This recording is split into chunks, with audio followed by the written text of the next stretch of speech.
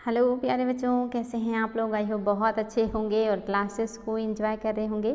हम लोग डेली बहुत ही शानदार प्रश्नों को सॉल्व कर रहे हैं, आपकी हिस्ट्री और साथ ही आपका आर्ट एंड कल्चर और इसके अलावा इन्वायरमेंट, तीनों क्लासेस आपको मेरे द्वारा प्रदान की जा रही हैं। साथ ही आपको साइंस की क्लास भी मिल रही है, इंग्लिश भी मिल रहा है और जो है जियोग्राफी और पॉलिटी की क्लासेस भी समय समय पे आप लोग को मिल रही हैं। तो सारी क्लासेस बहुत इंपॉर्टेंट हैं, सभी क्लासेस को देखना है और वो आपके लिए काफ़ी हेल्पफुल होने वाले हैं। आज की क्लास आपकी बहुत ही इंटरेस्टिंग है और साथ ही बहुत इंपॉर्टेंट। तो चलिए शुरुआत करते हैं आज की क्लास की। और आज आपका पहला प्रश्न है, पारिस्थितिकी तंत्र की लोच के विषय में निम्नलिखित में से कौन सा कथन सही है। आपके सामने प्रश्न है और ऑप्शन भी आपको बताना है। पारिस्थितिकी तंत्र की लोच के विषय में निम्नलिखित में से कौन सा कथन है जो सही है। लोच मीन्स आप सभी को जानते हैं, जो लचीला हो, जो फ्लेक्सिबल हो। आपको बताना है कि क्या है जो पारिस्थितिकी तंत्र के लोच के बारे में सही है। पहला कह रहा है, इसमें पारिस्थितिकी तंत्र सामान्यतः पारिस्थितिकी क्षति को सहन करने में सक्षम होता है, साथ ही ऐसी क्षति से स्वयं पुनर्निर्माण की क्षमता भी रखता है। दूसरा कह रहा है, कृषि पद्धतियाँ, निर्वनीकरण, जलवायु परिवर्तन तथा अति मत्स्यन आदि ने पारिस्थितिकी तंत्र की लोच को प्रभावित किया है। तीसरा कह रहा है, दोनों बातें सही हैं और चौथा कह रहा है, कोई भी सही नहीं है। बहुत ही शानदार प्रश्न है और बिल्कुल कॉमन सेंस का है और आप सभी को इसका उत्तर पता है, मुझे मालूम है, क्योंकि ये सारी चीज़ें आप लोगों को मैंने पढ़ाया है। यानी कि तथ्य भले ना पढ़ाई हो, लेकिन एक सोच तो डेवलप कर ही दिया है जिससे आप समझ सके कि ये सही है या नहीं है। तो बताएंगे कि पारिस्थितिकी तंत्र में लोच जो होता है, जो सहनशीलता होती है, जो उसमें हर चीज़ को एक्सेप्ट करने की चीज़ें होती हैं, क्या उसके बारे में सत्य है। तो निश्चित ही कोई डाउट नहीं है, दोनों बातें बिल्कुल सही हैं। ऐसी पारिस्थितिकी तंत्र सामान्यतः पारिस्थितिकी क्षति को सहन करने में सक्षम होते हैं, क्योंकि लोच है, सहनशीलता है। साथ ही ऐसी क्षति से स्वयं को पुनर्निर्माण करने की क्षमता भी रखते हैं, बिल्कुल सही है। जो लचीला होगा वो एक्सेप्ट कर लेगा, वो झुकेगा या वो अपने आप को उस हिसाब से मोड़ लेता है। कृषि पद्धतियाँ अगर अच्छी नहीं हैं, निर्वनीकरण जो आजकल बहुत ज़्यादा हो रहा है, जलवायु परिवर्तन ये भी बहुत ज़्यादा हो रहा है, अतिमत्स्यन, ये सारे पारिस्थितिकी तंत्र के लोच को प्रभावित करते हैं। अगर आप पारिस्थितिकी तंत्र की अच्छी चीज़ों को डिस्टर्ब करेंगे तो निश्चित ही उसका लोच प्रभावित होगा। आपका ऑप्शन नंबर 3 बिल्कुल सही है, दोनों बातें एकदम से करेक्ट हैं। अगला क्वेश्चन देखिए, ये भी काफ़ी इंपॉर्टेंट है और आपके सामने है। ऑप्शन कह रहा है, ज्वार नदमुख जलीय समुद्री पारिस्थितिकी तंत्र की अद्भुत विशेषता है, इसके बारे में क्या है जो सत्य है। आपको ज्वार नदमुख के बारे में बताना है। कह रहा है, ज्वार नदमुख जलीय सामुद्रिक पारिस्थितिकी तंत्र का अद्भुत विशेषता है, इसके संबंध में निम्नलिखित में से कौन सा कथन है जो सही हो जाएगा। पहला कह रहा है, ज्वार नदमुख पोषक तत्वों का संग्रहण और पुनर्चक्रण करते हैं और तटीय क्षेत्र तथा जलीय पर्यावरण के बीच बफर का कार्य करते हैं।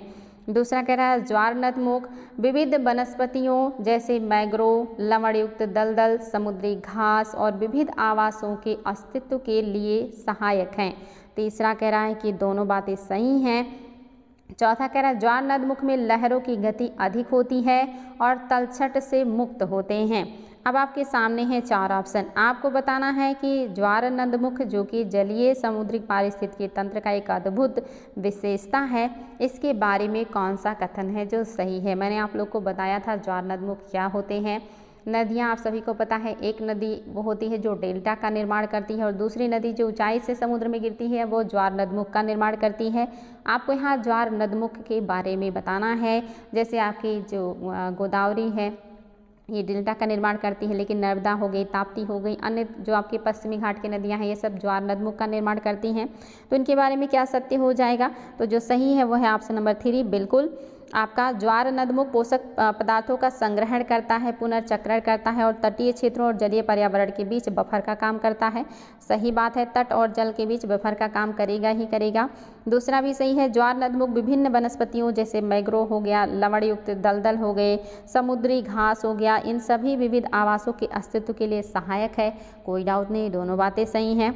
चौथा क्यों गलत है, ज्वार नदमुख में लहरों की गति जो होती है वो धीमी होती है और ये अवसाद युक्त होते हैं, अवसाद मुक्त नहीं होते हैं, इसलिए आपका चौथा गलत हो गया।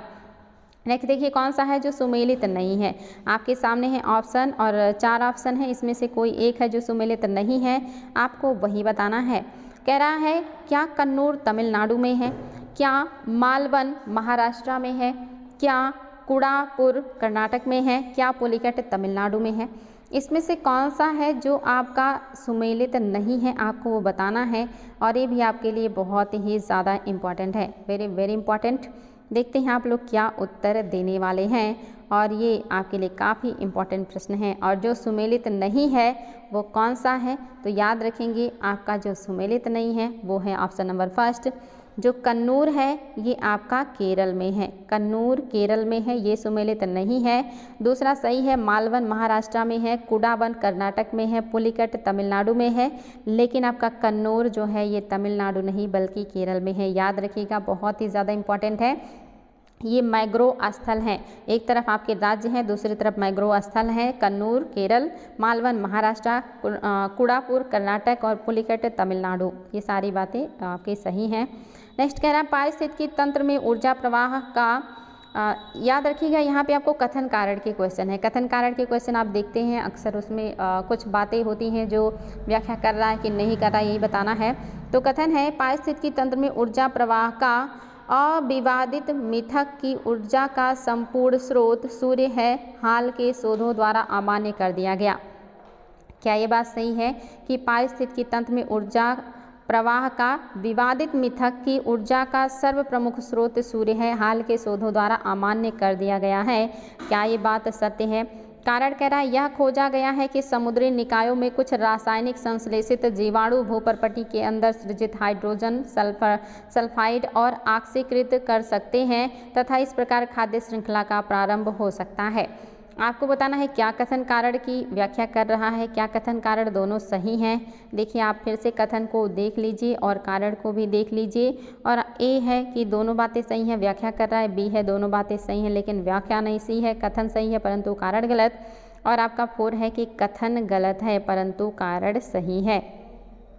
तो क्या सही हो जाएगा बच्चा लोग? देखिए आपके सामने कथन कारण दोनों हैं, तो आपको ये तो पता ही होगा कि आपका जो कथन है ये तो 100% सही है कि पारिस्थितिकी तंत्र में ऊर्जा का प्रवाह का जो विवादित मिथक है कि ऊर्जा का सर्व प्रमुख स्रोत सूर्य है, हाल के शोधों में इसको अमान्य कर दिया गया है, सत्य है ये।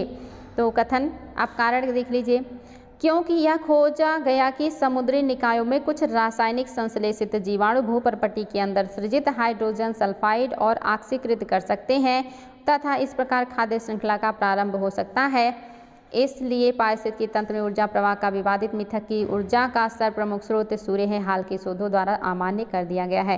तो आप देख रहे हैं कथन कारण दोनों सही है और व्याख्या भी कर रहा है, इसलिए आपकी दोनों बातें सही हैं। ऑप्शन नंबर ए आपका करेक्ट हो जाएगा, दोनों बातें सही हैं और व्याख्या भी कर रहा है। नेक्स्ट है निम्नलिखित में से कौन सा कथन है जो सही है? कौन सा कथन है जो सही है?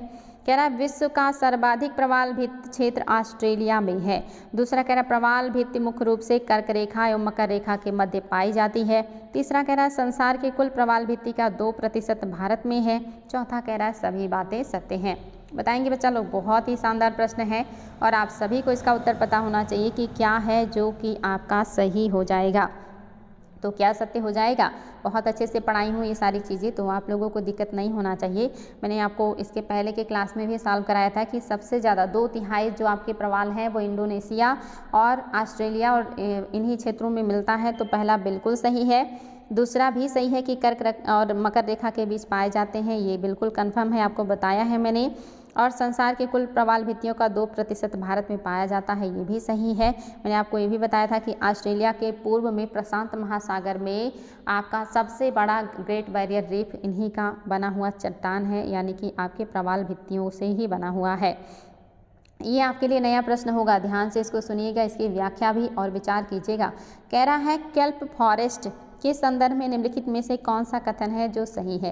केल्प फॉरेस्ट के बारे में कौन सी बात है जो कि आपका सही हो जाएगा, मतलब सही नहीं है। केल्प फॉरेस्ट के बारे में क्या है जो सत्य नहीं है, आपको बताना है। केल्प फॉरेस्ट याद रखिएगा, केल्प फॉरेस्ट आपके लिए नया होगा। पहला कह रहा है यह संपूर्ण विश्व के महासागरों के छिछले एवं खुले तटीय क्षेत्रों में पाए जाते हैं। दूसरा कह रहा है इनका विकास उन क्षेत्रों तक ही सीमित है जहां का तापमान 20 डिग्री सेल्सियस से कम होता है। तीसरा कह रहा है यह आर्कटिक और अंटार्कटिक वृत्त के दोनों ओर फैले हुए हैं। चौथा कह रहा है कोई भी गलत नहीं है, यानी कि सभी सही हैं। चलिए बच्चा लोग दीजिएगा जवाब, बहुत ही ज़्यादा महत्वपूर्ण है और आप सभी को पता होना चाहिए। केल्प फॉरेस्ट याद रखिएगा, ये समुद्र में पाए जाते हैं, समुद्र के छिछले क्षेत्र में ये फॉरेस्ट पाए जाते हैं। और ये फॉरेस्ट जैसे आपके मैंग्रोव वन होते हैं, समुद्र के छिछले पानी में या लवणीय क्षेत्रों में ज़्यादा डेवलप करते हैं, ऐसे ही आपके केल्प फॉरेस्ट होते हैं। लेकिन इनकी विशेषता क्या है, आपके जो मैंग्रोव वन है ये उष्ण और उपोष्ण में ही डेवलप होंगे, शीतोष्ण और शीत में नहीं होंगे। लेकिन जो आपके केल्प फॉरेस्ट हैं ये जहाँ पे 20 डिग्री सेल्सियस से कम तापमान होगा वहीं डेवलप करेंगे, यानी कि आर्कटिक और अंटार्कटिक दोनों वृत्तों के चारों तरफ फैले हुए हैं। पहला देखिए संपूर्ण विश्व में होंगे नहीं, जहाँ पे 20 डिग्री सेल्सियस से कम तापमान होगा वहीं होंगे, बाकी जगह पे नहीं होंगे, इसलिए ये गलत हो गया। संपूर्ण विश्व में नहीं होंगे, जैसे मैंग्रोव संपूर्ण विश्व में नहीं होगा वैसे केल्प भी नहीं होगा। केल्प समुद्री तटीय छिछले क्षेत्रों में पाए जाने वाला वनस्पति, याद रखिएगा केल्प फॉरेस्ट पृथ्वी का सर्वाधिक उत्पादक करता है। और कहाँ पे सुंदर और प्रचुर मात्रा में यहाँ पे प्रजातियों से भरपूर इलाका भी होता है, ऐसा पारिस्थितिकी तंत्र होता है जहाँ पे प्रजातियों की भरपूर मात्रा पाई जाती है। और ये ज़्यादातर कहाँ होंगे, ये विश्व के शीत और शीतोष्ण महासागरों के छिछले और तटीय जल क्षेत्रों में ये पाए जाते हैं। और ये वन केवल वहीं होंगे जहाँ पे टेम्परेचर 20 डिग्री सेल्सियस से कम होता है, जैसे आर्कटिक और अंटार्कटिक वृत्त। याद रखिएगा आपके मैंग्रोव वन के सेम अपोजिट हैं, ये ठंडे क्षेत्रों में होंगे, समुद्र के तटीय क्षेत्र छिछले पानी में होंगे और वहाँ सबसे ज़्यादा उत्पादक ये माने जाएंगे, ठंडे क्षेत्रों में सबसे ज़्यादा उत्पादक यहीं पे होगा। तो ये सारी बातें याद रखिएगा, आपको नई जानकारी मिली है आज की क्लास में। और ये क्वेश्चन भी आपके लिए काफ़ी आसान है और कॉमन सेंस का है, क्योंकि मैंने पढ़ाया है कि प्रवाल भित्तियों के संरक्षण का क्या फ़ायदा है। अगर आप प्रवाल भित्तियों का संरक्षण करते हैं तो आपको क्या फ़ायदा मिलेगा। पहला कह रहा है इनके संरक्षण से अनेक सागरीय जीव जंतु आश्रय के साथ साथ अन्य सुविधाएँ भी प्राप्त करते हैं। दूसरा कह रहा है यह प्रवाल भित्ति या वायुमंडल से कार्बन डाइऑक्साइड को कम करने में सहायक होते हैं। तीसरा कह रहा है तट के समानांतर या निकट इन प्रवाल भित्तियों की उपस्थिति या अवस्थिति से तट की शक्तिशाली लहरें एवं तूफान से रक्षा होती है। और चौथा कह रहा है सभी बातें सही हैं। तो बहुत ही कॉमन सेंस का है और बहुत ही इम्पॉर्टेंट है और आसान भी, क्योंकि मैं आप लोग को पढ़ाई हूँ प्रवाल भित्तियों के बारे में बहुत ही डिटेल से कि आपके जो है कर्क और मकर रेखा के बीच पाए जाते हैं। इनके लिए टेम्परेचर आपका 20 से 21 डिग्री होना चाहिए, लवणता आपके 32 से 40 के बीच होना चाहिए। और प्रवाल भित्तियाँ जो है ये विश्व में सागरीय जैव विविधता का हॉट स्पॉट होती हैं, ये भी मैंने आपको बताया था, क्योंकि ये सबसे ज़्यादा जीवों को संरक्षण देती हैं, सबसे ज़्यादा जीवों को आश्रय देती हैं सागरीय क्षेत्र में। और प्रवाल भित्तियाँ उच्च बायोमास का उत्पादन भी करती हैं। प्रवाल भित्तियाँ वायुमंडल से कार्बन डाइऑक्साइड को अवशोषित करने का काम करती है, क्योंकि इनके ऊपर जो जैंथली होता है जो प्रकाश संश्लेषण करके भोजन बनाता है, और जो प्रकाश संश्लेषण करेगा वो कार्बन को एब्जॉर्ब करेगा, ऑक्सीजन को निकालेगा। तो निश्चित ही ये सब कार्बन को भी एब्जॉर्ब कर रहे हैं। और ये तटीय क्षेत्रों में होते हैं तो ये समुद्री लहरों की प्रबलता को भी कम करते हैं। मैंने आपको पढ़ाया था वलयाकार प्रवाल भित्तियाँ, अवरोधक प्रवाल भित्तियाँ, जैसे ग्रेट बैरियर रीफ है अवरोधक प्रवाल भित्ति है जो उत्तर पूर्व में प्रशांत महासागर में ऑस्ट्रेलिया के उत्तर पूर्व में पाया जाता है। तो ये सारी बातें एकदम करेक्ट हैं, पहले ही ये सारी चीज़ें हम पढ़ चुके हैं, तो इसमें तो कोई दिक्कत आपको नहीं है। ये सारी बातें याद रखिएगा, लहर तूफान से सुरक्षा, कार्बन का अवशोषण, जीव जंतुओं का आश्रय, सारी बातें एकदम से करेक्ट हैं। सबसे ज़्यादा जैव विविधता पाया जाता है यहाँ, इसीलिए इसको समुद्र का वर्षा वन भी कहते हैं। अगला क्वेश्चन देखिए, कोरिंगा वन्य जीव अभ्यारण्य के संबंध में कौन सा कथन है जो सही है। कोरिंगा वन्य जीव अभ्यारण्य के बारे में क्या सत्य है। पहला कह रहा है कोरिंगा उड़ीसा में पाया जाता है। दूसरा कह रहा है कोरिंगा वन्य जीव अभ्यारण्य पर गोदावरी मैंग्रोव को भारत का सबसे बड़ा मैंग्रोव माना जाता है। तीसरा कह रहा है इस अभ्यारण्य में एक ऐसा स्थान भी है जहां प्रतिवर्ष जनवरी से मार्च तक ओलिव रिडले समुद्री कछुए पाए जाते हैं। और चौथा कह रहा है उपरोक्त सभी सत्य हैं। आपको बताना है कौन सा कथन है जो कि आपके कोरिंगा वन्य जीव अभ्यारण्य के बारे में सत्य है। जो सत्य है आपको वो बताना है, और ये आपके लिए काफ़ी शानदार प्रश्न है। देखते हैं आप लोग इसका क्या उत्तर देने वाले हैं। आपके सामने है ऑप्शन। पहला आपका है कि क्या कोरिंगा उड़ीसा में है, क्या कोरिंगा वन्यजीव अभ्यारण्य पर गोदावरी मैंग्रोव को भारत का सबसे बड़ा मैंग्रोव माना जाता है, क्या इस अभ्यारण्य में एक ऐसा स्थान भी है जहां प्रतिवर्ष जनवरी से मार्च तक ओलिव रिडले कछुए भी पाए जाते हैं। तो आपको सत्य बताना है। याद रखेंगे क्या सत्य हो जाएगा। बहुत ही ज़्यादा शानदार प्रश्न है। आपका जो सत्य है वो है ऑप्शन नंबर 3। इस अभ्यारण्य में एक ऐसा स्थान भी है जहां प्रतिवर्ष जनवरी से मार्च तक ओलिव रिडले समुद्री कछुए पाए जाते हैं।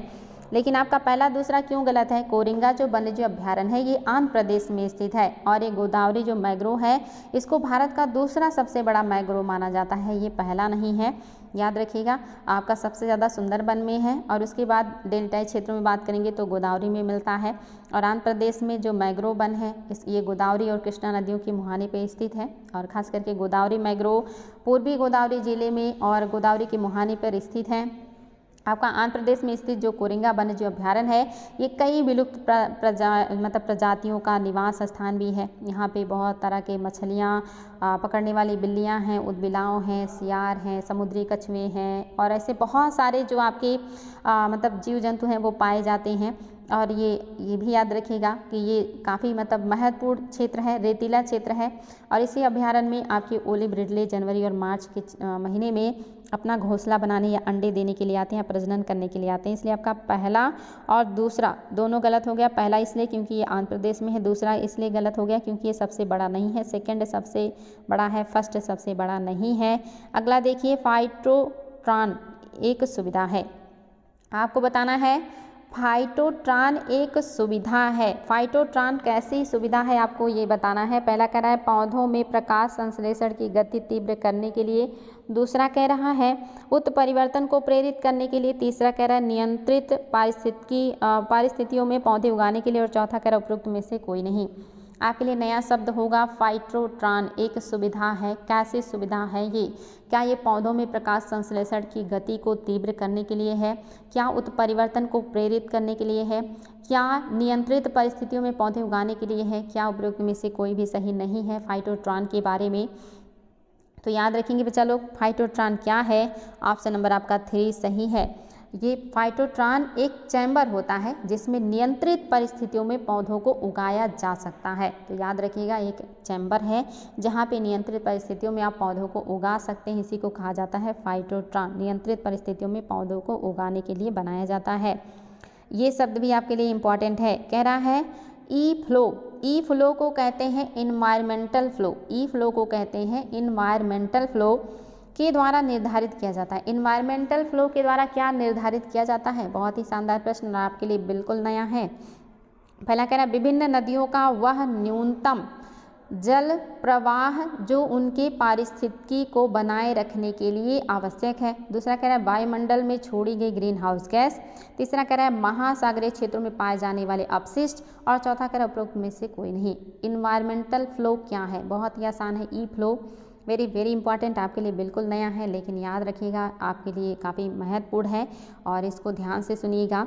जो आपकी ई फ्लो का मतलब होता है कि इन्वायरमेंटल फ्लो यानी कि विभिन्न नदियों के पर्यावरणीय रूपी धारणीय नदी प्रवाह का एक न्यूनतम स्तर होता है। यानी कि हर नदी का एक न्यूनतम स्तर होता है। अगर उससे कम होगा तो दिक्कत हो जाएगी। न्यूनतम स्तर एक होता है, वो पानी हमेशा उतना नदी में होना चाहिए। अगर वो नहीं होगा तो वहाँ का जो पारिस्थितिकी तंत्र है वो डिस्टर्ब हो जाएगा। इसीलिए कह रहा है कि ई फ्लो का मतलब है कि विभिन्न नदियों के पर्यावरणीय रूप में जो धारणीय नदी प्रवाह का न्यूनतम स्तर होता है इसको ई फ्लो के जरिए निर्धारित किया जाता है।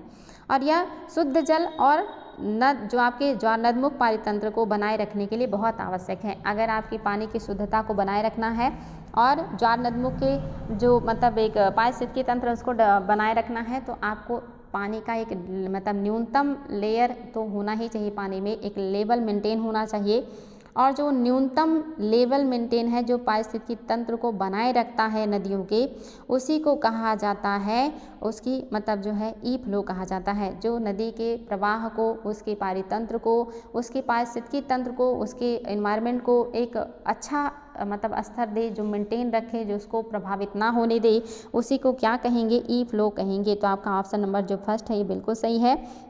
विभिन्न नदियों का वह न्यूनतम जल प्रवाह जो उसके पारितंत्र को बनाए रखने के लिए आवश्यक होता है उसी को ई फ्लो कहते हैं। ये भी आपके लिए काफ़ी शानदार प्रश्न था। अगला देखिए, मोजैक के संदर्भ में कौन सा कथन है जो सही है? ये भी आपके लिए नया होगा। मोजैक के संदर्भ में कौन सा कथन है जो सही है? पहला कह रहा है यह अंटार्कटिका में जलवायु का अध्ययन करने हेतु एक अंतर्राष्ट्रीय अनुसंधान अभियान है। दूसरा कह रहा है यह मध्य आर्कटिक में वर्ष भर चलने वाला पहला अभियान है। तीसरा कह रहा है दोनों बातें सही हैं और चौथा कह रहा है कोई भी सही नहीं है। आपके लिए नया है इसलिए इसको ज़रूर ध्यान दीजिएगा। आपका मोज़ेक क्या है, तो इसको बिल्कुल केयरफुली सुनिएगा। जो मोज़ेक है ये भौतिक, रासायनिक और जैविक प्रक्रियाओं को अध्ययन करने हेतु एक अंतर्राष्ट्रीय अनुसंधान अभियान है। इसमें जो आपका आर्कटिक है इसके वातावरण का, साथ ही आपके समुद्री बर्फ का और महासागर और पारिस्थितिकी तंत्र का अध्ययन किया जाता है। तो इसलिए आपका पहला गलत हो गया, क्योंकि कह रहा है अंटार्कटिका के जलवायु का अध्ययन करता नहीं, ये आपके देखिए कई क्षेत्रों का अध्ययन कर रहा है। ये भौतिक, रासायनिक और जैविक प्रक्रियाओं का भी अध्ययन करता है और साथ ही आर्कटिक के वातावरण का करता है, समुद्र के बर्फ का करता है, महासागर और पारिस्थितिकी तंत्र का भी अध्ययन करता है। इसका क्षेत्र काफ़ी ब्रॉड है। लेकिन मोज़ेक केंद्रीय आर्कटिक में वर्ष भर आर्कटिक जलवायु प्रणाली की खोज करने वाला पहला अभियान है। ये तो सही है, आपका दूसरा सही है, पहला सही नहीं है, क्योंकि इसका दायरा यहाँ सीमित कर दिया। इसका दायरा काफ़ी ब्रॉड है। याद रखिएगा मोज़ेक के मतलब जो है ये काफ़ी कई बड़े क्षेत्रों का अध्ययन करता है, चाहे वो बर्फ हो, समुद्री पारितंत्र हो या आपका स्थल का पारितंत्र हो, इन सभी का ये जो है अध्ययन करता है। इसलिए आपका काफ़ी इम्पॉर्टेंट है ये। और ये परियोजना आर्कटिक पर पूरे वर्ष चलता है, इसलिए आपका दूसरा बिल्कुल सही है। अगला देखिए कौन सा कथन है जो सही है। कौन सा कथन है जो सही है, बहुत आसान प्रश्न है और आपका पढ़ा हुआ है। पादप प्लवक में क्लोरोफिल नहीं होता लेकिन वे प्रकाश संश्लेषण करते हैं। दूसरा कह रहा प्राणी प्लवक केवल खारे पानी ऑब्लिक महासागर में पाए जाते हैं। आपको बताना है कि क्या है जो कि आपका सही हो जाएगा। यहाँ पे होगा आपका प्लवक क्या ये केवल खारे पानी में होंगे और मतलब महासागरों में कह रहा केवल खारे पानी में पाए जाएंगे, चाहे वो सागर हो या महासागर। क्या इनमें क्लोरोफिल नहीं होता है? क्या दोनों बातें सही हैं? क्या कोई भी सही नहीं है? बहुत ही शानदार और कॉमन सेंस का है और आप सभी को पता होगा कि जो आपके फाइटोप्लैंक्टन्स होते हैं या पादप प्लैंक्टन्स होते हैं, ये सूक्ष्म शैवाल होते हैं या जीवाणु होते हैं। और ये आप देखेंगे ध्रुवीय क्षेत्र सहित जितने भी आपके प्रकाशीय क्षेत्र होते हैं सभी जगह मौजूद होते हैं और इनमें क्लोरोफिल पाया जाता है। जिसमें क्लोरोफिल होगा वही प्रकाश संश्लेषण करेगा, इसीलिए प्रकाश संश्लेषण करते हैं। और एनवायरनमेंट का अधिकांश जो कार्बन डाइऑक्साइड है यही लोग समुद्री जल में स्थिरीकरण करते हैं, स्थानांतरित करते हैं। और ये लवणीय जल में भी पाए जाते हैं, ताज़े जल में भी पाए जाते हैं। याद रखिएगा ज़्यादातर जो मतलब समुद्र का जल होता है उसके ऊपरी क्षेत्र में ये तैरते रहते हैं और सूर्य के प्रकाश का जो है जल में और एक तरीके से कहिए कि उपस्थिति में प्रकाश संश्लेषण करते हैं। ये जो वहाँ के जीव होते हैं उनको पोषक तत्व यानी कि भोजन भी उपलब्ध कराते हैं और बहुत तेज़ी से वृद्धि भी करते हैं। और अगर बहुत ज़्यादा हानिकारक कहीं पे शैवाल ब्लूम होता है तो वो नुकसानदेह भी होता है। लेकिन ये बहुत सारे घोंघों के लिए, मछलियों के लिए, स्तनधारियों के लिए, पक्षियों के लिए, बहुत सारे लोगों को ये भोजन भी उपलब्ध कराते हैं। तो याद रखेंगे आपका जो सही नहीं है वो आपका कोई भी सही नहीं है, क्योंकि कह रहा केवल खारे पानी में होंगे तो दोनों में होंगे। और कह रहा क्लोरोफिल नहीं होता, नहीं क्लोरोफिल होता है। तो इसलिए आपका दोनों गलत हो गया है। आपका ऑप्शन नंबर 4 एकदम से सही है, कोई भी सही नहीं है। आर्द्रभूमि पारतंत्र के संदर्भ में निम्नलिखित में से कौन सा कथन है जो सही है। आर्द्रभूमि आप लोग पढ़ चुके हैं, वेटलैंड। कह रहा है आर्द्रभूमि पारतंत्र एक महत्वपूर्ण कार्बनिक सिंक के रूप में काम करता है। क्या ये बात सही है? दूसरा कह रहा है आर्द्रभूमि तटीय स्थित तट रेखा स्थिरीकरण, भूजल पुनर्भरण और बाढ़ नियंत्रण जैसे महत्वपूर्ण कार्य करती है। तीसरा कह रहा दोनों बातें सही हैं और चौथा कह रहा कोई भी सही नहीं है। वेटलैंड्स या आर्द्रभूमियों के बारे में क्या सत्य है बच्चा लोग? बहुत ही शानदार प्रश्न है। क्या आर्द्रभूमि पारितंत्र का एक महत्वपूर्ण कार्बनिक सिंक के रूप में काम करता है? क्या आर्द्रभूमियाँ तटीय रेखा का स्थिरीकरण, भूमि जलभरण और बाढ़ नियंत्रण जैसे महत्वपूर्ण कार्य करते हैं? तो निश्चित ही कोई डाउट नहीं है, आपको दोनों बातें सही हैं। आपको मैंने पढ़ाया था कि जो आपकी आर्द्र भूमियाँ होती हैं ये आपके कई काम करते हैं। ये बहुत सारे ग्रीन हाउस गैसों को अपने अंदर समाहित भी करती हैं और ये अत्यधिक मात्रा में पोषक तत्वों का अंतर्वाह भी करती हैं, पानी को फिल्टर करती हैं, इसीलिए इनको पृथ्वी का किडनी कहा जाता है। और जो आपके आर्द्र भूमियाँ हैं ये तटीय जो तट रेखा है इसका स्थिरीकरण भी करते हैं, भूमि जल का भरण भी करते हैं, बाढ़ का नियंत्रण भी करते हैं, पोषकों का चक्रण भी करते हैं और जल को शुद्ध भी करते हैं। तो आपका सारी बातें सही हैं, यानी कि दोनों कथन बिल्कुल सही हैं, गलत नहीं है कोई भी। अगला भी आपका काफ़ी आसान और कॉमन सेंस का है। मैग्रो के संदर्भ में निम्नलिखित में से कौन सा कथन है जो सही है। मैग्रो के बारे में क्या सत्य है आपको ये बताना है। पहला कह रहा है मैग्रो बृहद ज्वार के उच्च जल स्तर के नीचे उगने वाले पेड़ और झाड़ियां हैं जिनमें खारे पानी में पनपने की अद्भुत क्षमता होती है। दूसरा कह रहा है मैग्रो के बीज जमीन पर गिरने से पहले पेड़ पर ही अंकुरित हो जाते हैं। तीसरा कह रहा है दोनों बातें सही हैं और चौथा कह रहा है कोई भी सही नहीं है।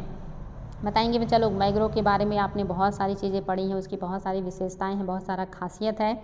हमने आपको बताया ही था कि मैग्रो उष्णकटिबंधीय और उपोष्णकटिबंधीय दोनों क्षेत्रों में खास करके तट रेखा या समुद्र के आसपास पाए जाते हैं और ये उथली जो आपके सागरीय लहरें होती हैं और साथ ही जो आपका उच्च जल स्तर के नीचे वाले क्षेत्रों में भी ये वृक्ष पाए जाते हैं जो कि खारे पानी में काफ़ी डेवलप भी करते हैं। और आप सभी को पता होगा ये मूलतः कैसे होते हैं, सदाबहार मतलब जो है वन की तरह होते हैं, यानी कि ये काफ़ी पानी वाले इलाके में रहते हैं तो मोस्टली इनकी पत्तियां जल्दी झड़ती नहीं हैं। और ये कहाँ होंगे आपके, जहाँ भी ज्वार नदमुख होगा, डेल्टा होगा, खाड़ी होगा, जहाँ बैरियर द्वीप होंगे, इन सभी क्षेत्रों में इनकी उपस्थिति पाई जाती है। और ये पानी की लवणता को सहने का इसमें बहुत ही विचित्र गुण होता है, इसीलिए खारे पानी के अनुकूल भी अपने आप को कर लेते हैं और ये भी आपके लिए बहुत ही ज़्यादा फ़ायदेमंद है। मैंने आपको बताया था अल्ट्रावायलेट रेज़ को ये अवशोषित भी करने की क्षमता रखते हैं। इनकी जो लकड़ियाँ होती हैं वो बहुत ज़्यादा यूज़फुल होती हैं। ये सारी चीज़ें आप सभी को पता होनी चाहिए। तो आपकी दोनों बातें एकदम से करेक्ट है। मैग्रोव बृहद ज्वार और उच्च जल स्तर के नीचे खारे पानी में पाए जाते हैं और इनको धारण करने की क्षमता होती है और इनके बीज जमीन पर गिरने के पहले ही पेड़ पर ही अंकुरित हो जाते हैं। दोनों बातें सही हैं, कोई भी गलत नहीं है। अगला देखिए, राष्ट्रीय आर्द्र भूमि संरक्षण कार्यक्रम। राष्ट्रीय आर्द्र भूमि संरक्षण कार्यक्रम के बारे में क्या है जो सही है। पहला कह रहा है यह 1985-86 में संचालन में रहा या संचालित किया गया। दूसरा कह रहा है इस कार्यक्रम के अंतर्गत सरकार द्वारा 115 आर्द्र भूमियों की पहचान की गई है जिसे शीघ्र संरक्षण और प्रबंधन उपायों की आवश्यकता है। और तीसरा कह रहा है इस कार्यक्रम का उद्देश्य देश में आर्द्र भूमियों का संरक्षण करना है ताकि भविष्य में उनका क्षरण रोका जा सके। चौथा कह रहा है सभी बातें सत्य हैं। आपको बताना है कि आपका जो राष्ट्रीय आर्द्र भूमि संरक्षण कार्यक्रम है इसके बारे में कौन सा कथन है जो सही है। आपके सामने है 4 ऑप्शन, सारे ऑप्शन को फिर से देख लीजिए और ये आपके लिए काफ़ी इंपॉर्टेंट है। तो याद रखिएगा, भारत सरकार ने 1985-86 के दौरान जो है राज्य सरकारों से सहयोग लेकर के या परस्पर उनके सहायता से कार्यक्रम चलाया था जिसको कहा गया था राष्ट्रीय मैग्रोव संरक्षण, मतलब जो है आर्द्र भूमियों को संरक्षण चलाने के लिए या संरक्षण करने के लिए कार्यक्रम आए हैं। और इसमें 115 आर्द्र भूमियों को संरक्षण दिया गया है या नामित किया गया है जिनको तेज़ी से संरक्षण और प्रबंधन देने का उपाय किया जाना है। इसमें केंद्र और राज्य दोनों मिलकर काम करेंगे और इसका उद्देश्य है कि देश में आर्द्र भूमियों का संरक्षण करना ताकि भविष्य में उनका क्षरण रोका जा सके। तो ये सारी बातें बिल्कुल सही हैं बच्चा लोग। ऑप्शन नंबर 4 आपका सही है। कैसे उनका उपयोग हो ताकि वो संरक्षित रहें, समाप्त ना हो। पारिस्थितिकी संक्रमण अवधारणा का सर्वप्रथम प्रयोग किसने किया था। पारिस्थितिकी संक्रमण अवधारणा का सबसे पहले किसने उपयोग किया है आपको ये बताना है। आपके सामने ऑप्शन एल्टन, बेनेट और बर्कले और रेटजेल। क्या आपका सही हो जाएगा। पारिस्थितिकी संक्रमण की अवधारणा किसके द्वारा प्रस्तुत किया गया था पहली बार, आपको ये बताना है। तो याद रखेंगे क्या है जो सही हो जाएगा। पारिस्थितिकी संक्रमण की अवधारणा सबसे पहले बेनेट द्वारा अपनी पुस्तक में दिया गया था और यह जो सिद्धांत है ये सैद्धांतिक और व्यवहारिक दोनों स्तरों पर मानव संस्कृतियों की, भौतिक, पर्यावरण, प्रौद्योगिकी और सामाजिक नीति के मध्य संबंधों पर जोर देता है। तो आपका जो बेनेट महोदय है यही पारिस्थितिकी संक्रमण की बात करते हैं। जो मनुष्य है ये प्राकृतिक पर्यावरण के साथ दो तरफा भूमिका निभाता है। एक तो जैविक संगठक के रूप में भौतिक मनुष्य की हैसियत से और दूसरी तरफ सामाजिक और आर्थिक और प्रौद्योगिकी मानव के रूप में पर्यावरण को प्रभावित भी करता है। तो दोनों बातें, एक तो हम उसके जैविक घटक हैं, दूसरा हमारे द्वारा बहुत सारे सामाजिक, आर्थिक, प्रौद्योगिकी जो काम किए जाते हैं जो हमारे पर्यावरण को प्रभावित करते हैं। हम तो दो तरह से हम पर्यावरण को प्रभावित करते हैं। तो पारिस्थितिकी संक्रमण की अवधारणा बेनेट महोदय ने दिया है, याद रखिएगा, बहुत इंपॉर्टेंट है बेनेट। इकोसिस्टम के संबंध में कौन सा कथन है सही है। बहुत ही आसान प्रश्न है। इकोसिस्टम के बारे में क्या सत्य है आपको बताना है। पहला कह रहा है प्राथमिक उपभोक्ता उत्पादक पर न्यूनतम रूप से आश्रित होते हैं। क्या ये बात सही है। दूसरा कह रहा है प्राथमिक उपभोक्ता उत्पादकों से संख्या में अधिक होते हैं। तीसरा कह रहा है प्राथमिक उत्पादक प्राथमिक उपभोक्ता से अधिक होते हैं। चौथा कह रहा है द्वितीयक उपभोक्ता अधिकतम होने के साथ साथ बहुत ही शक्तिशाली हैं। कौन सा है जो सही है आपको वो बताना है, और ये बहुत ही आसान है और आप सभी को इसका उत्तर देना है, एकदम कॉमन सेंस का है और गलत नहीं करेंगे क्योंकि सब आपका पढ़ा हुआ है। प्राथमिक, द्वितीयक, तृतीयक, सर्वाहारी, शाकाहारी सब पढ़ाई हूँ आपको, अब घटक भी पढ़ाई हूँ। तो क्या सत्य है? आपका जो सत्य है वो है केवल और केवल आपका तीसरा, उत्पादक प्राथमिक उपभोक्ता से अधिक होते हैं। प्राथमिक उपभोक्ता जो है ये उत्पादक पर न्यूनतम नहीं पूरी तरह से आश्रित होता है क्योंकि वो शाकाहारी होता है, वो भोजन के रूप में साग और ऐसी चीज़ों को खाता है, चारे को खाता है। तो निश्चित ही जैसे आपका बकरी हो गया, खरगोश हो गया, ऊँट हो गया, तो ये पूरी तरह से उत्पादक पर ही तो निर्भर है। दूसरा कह रहा है कि प्राथमिक उपभोक्ता की जो संख्या है उत्पादकों से अधिक होता है। अगर ऐसा हो तो लोग भूखे मरने लगेंगे, यानी कि उत्पादक की संख्या ज़्यादा होगी और प्राथमिक उपभोक्ता की संख्या उससे कम होगी। घास ज़्यादा होगा, सांप, भेड़िया, मेढक और जो भी मतलब आप में जीव होते हैं यानी कि जो घास खाते हैं उनकी संख्या कम होगी, घास की संख्या ज़्यादा होगी। कह रहा है द्वितीयक उपभोक्ता अधिक होने के साथ साथ बहुत ही शक्तिशाली है। नहीं, द्वितीयक उपभोक्ता की संख्या कम होती है और इनको ऊर्जा भी कम मिलता है, तो इसलिए आपका ये सही नहीं हो सकता है। आपका जो सत्य है वो है केवल और केवल आपका तीसरा है और बाकी बातें सही नहीं हैं। सबसे अधिक स्थिर पारिस्थितिकी तंत्र कौन सा है? सबसे अधिक स्थिर पारिस्थितिकी तंत्र, पहला है आपका सागरीय, दूसरा है वन, तीसरा है पर्वतीय और चौथा है मरुस्थल। आप सभी को पता है सबसे अधिक जो स्थिर पारितंत्र है वो कौन सा है? कोई दम नहीं है इस प्रश्न में, सभी को पता है कि स्थिर पारितंत्र आपका केवल और केवल क्या हो सकता है? आपका ऑप्शन नंबर जो फर्स्ट है सागरीय या महासागर जो है ये सबसे स्थिर पारितंत्र होते हैं, इसमें कोई दम नहीं है। अगला देखिए, निम्नलिखित में से कौन सा कथन है जो सही नहीं है? कौन सा कथन है जो सही नहीं है? पहला कह रहा है भारत को 8 पृथक वनस्पति क्षेत्रों में बांटा जा सकता है। दूसरा कह रहा है अंडमान क्षेत्र में केवल सदाबहार और मैंग्रोव वनस्पतियाँ पाई जाती हैं। तीसरा कह रहा है भारतीय प्राणी विज्ञान सर्वेक्षण ने रेड डाटा बुक के नाम से संकटग्रस्त पादपों की एक सूची प्रकाशित की है। और चौथा कह रहा कि कोई भी जो है आपका वो गलत नहीं है। आपको बताना है कौन सा है जो सही नहीं है, जो सत्य नहीं है आपको वो बताना है और ये भी बहुत ही ज़्यादा इम्पॉर्टेंट है। देखते हैं आप लोग इसका क्या उत्तर देने वाले हैं। क्या है जो आपका सत्य नहीं है? बच्चा लोग सत्य नहीं है, फटाफट उत्तर दीजिएगा कौन सा है जो आपका सत्य नहीं है। और ये भी आपके लिए काफ़ी इम्पॉर्टेंट प्रश्न है, तो याद रखेंगे क्या है जो आपका सत्य नहीं है। तो पहला तो आपका बिल्कुल ही आपका सही है कि भारत में 8 पृथक वनस्पति क्षेत्रों में बांटा गया है। 8 प्रकार के वनस्पति क्षेत्रों में भारत को बांटा गया है, इसमें तो कोई दिक्कत नहीं होना चाहिए आप लोगों को। दूसरा कह रहा है अंडमान क्षेत्र में, ये आपका सही नहीं है, क्योंकि जो आपका अंडमान क्षेत्र है यहाँ पे सदाबहार वन भी पाए जाते हैं, मैंग्रोव भी पाया जाता है, समुद्री तट भी होते हैं और इसके अलावा वर्षा वन और हर मतलब इस तरह के वन भी पाए जाते हैं, तो इसलिए आपका ये गलत हो गया, यही सत्य नहीं है। और तीसरा आपका सही है, कह रहा है आपका भारतीय प्राणी विज्ञान सर्वेक्षण ने रेड डाटा बुक के नाम से संकटग्रस्त पादपों की एक सूची को प्रकाशित किया है, तो आपका ये ऑप्शन सही हो जाएगा। ये आपके लिए काफ़ी इम्पॉर्टेंट था। चलिए देखते हैं हमारा अगला क्वेश्चन। निम्नलिखित में से किस पारिस्थितिकी तंत्र में पौधों का जैविक पदार्थ अधिकतम है? आपको बताना है कि पौधों का जो जैविक पदार्थ है वो अधिकतम किस पारिस्थितिकी तंत्र में पाया जाएगा।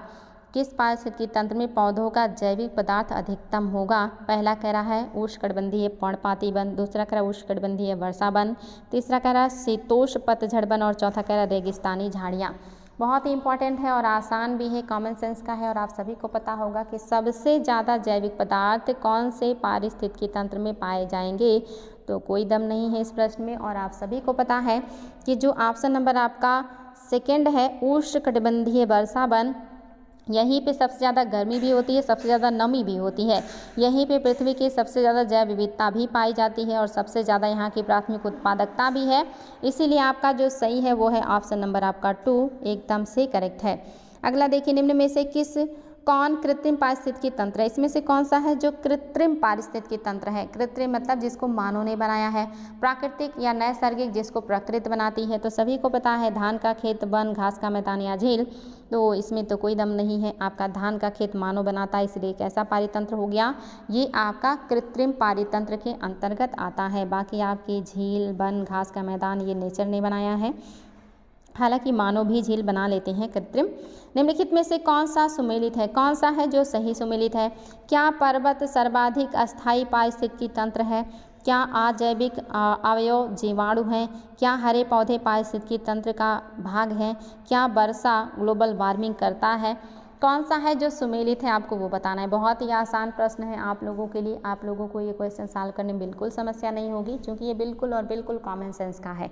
सभी को पता होगा कौन सा है जो सुमेलित है, जो कि आपका तीसरा केवल सुमेलित है। हरे पौधे पारिस्थितिकी तंत्र के पार्ट होते हैं, सही है।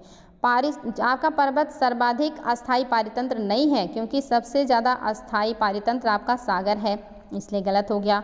जीवाणु आपके जैविक घटक हैं, भले ही ये छोटे होते हैं, सूक्ष्म होते हैं, लेकिन ये जैविक हैं। और वर्षा ग्लोबल वार्मिंग के लिए जिम्मेदार नहीं होता, बल्कि ग्रीन हाउस इफेक्ट जिम्मेदार होता है ग्लोबल वार्मिंग के लिए, इसलिए केवल और केवल आपका तीसरा सही हो जाएगा। आपका बाकी बातें सत्य नहीं है, बहुत ही आसान था। निम्नलिखित में से कौन एक पारिस्थितिकी तंत्र की जैव विविधता के बढ़ोतरी के लिए उत्तरदायी नहीं है? इसमें से एक कौन है जो पारिस्थितिकी तंत्र के जैव विविधता को बढ़ाने के लिए उत्तरदायी नहीं है? पहला कह रहा है पारिस्थितिकी तंत्र की उत्पादकता, दूसरा कह रहा है मध्य व्यवधान, तीसरा कह रहा है पारिस्थितिकी तंत्र की आयु और चौथा कह रहा है पोषण स्तर की कम संख्या। बताएंगे कौन सा है जो आपके जैव विविधता के लिए बढ़ोतरी के लिए उत्तरदायी नहीं है। बाकी सब होंगे, कोई एक है जो जैव विविधता के बढ़ोतरी के लिए जिम्मेदार नहीं होगा। तो क्या हो जाएगा आपके हिसाब से?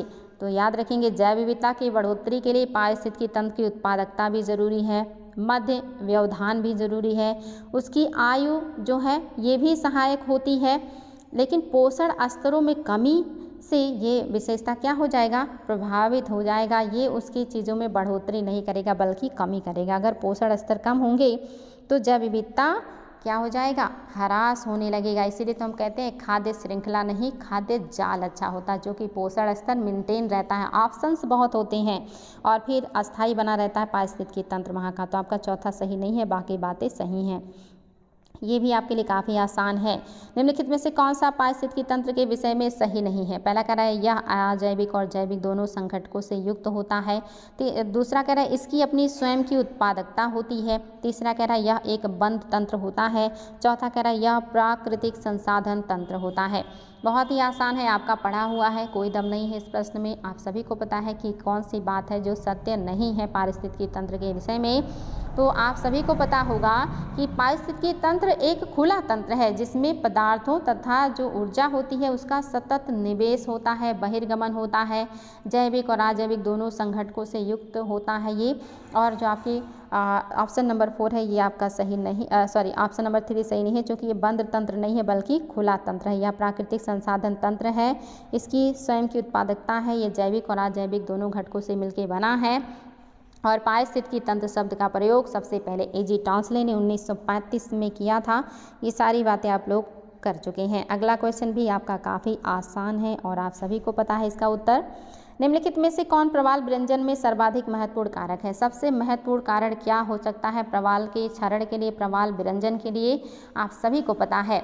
पहला कह रहा है प्रवाल शैलों का खनन, दूसरा कह रहा है प्रवाल रोगों का फैलना, चौथा कह रहा है सागरीय जल में अवसादों का जमा और चौथा कह रहा है वैश्विक उष्मन यानी कि ग्लोबल वार्मिंग। और आप सभी को पता है कि सबसे बड़ा रीज़न क्या है प्रवालों के क्षरण का? ये सारे रीज़न है, लेकिन इनमें सबसे ज़्यादा जो योगदान दे रहा है प्रवालों के विनाश के लिए, सभी को पता है कि प्रवाल विरंजन के लिए सर्वाधिक जो महत्वपूर्ण कारक है वो क्या है?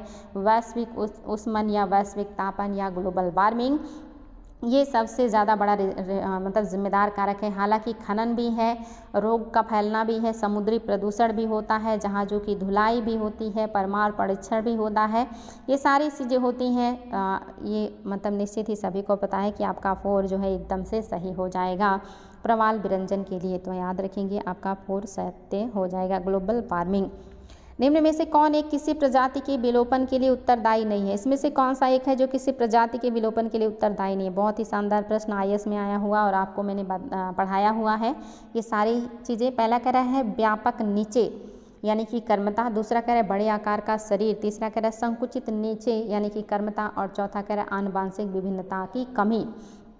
कौन सा है जो आपके किसी प्रजाति के विलोपन के लिए जिम्मेदार नहीं है? बाकी सारे जिम्मेदार होंगे, कोई एक कारण है जो इसके लिए जिम्मेदार नहीं होगा विलोपन के लिए, और आपको वही बताना है।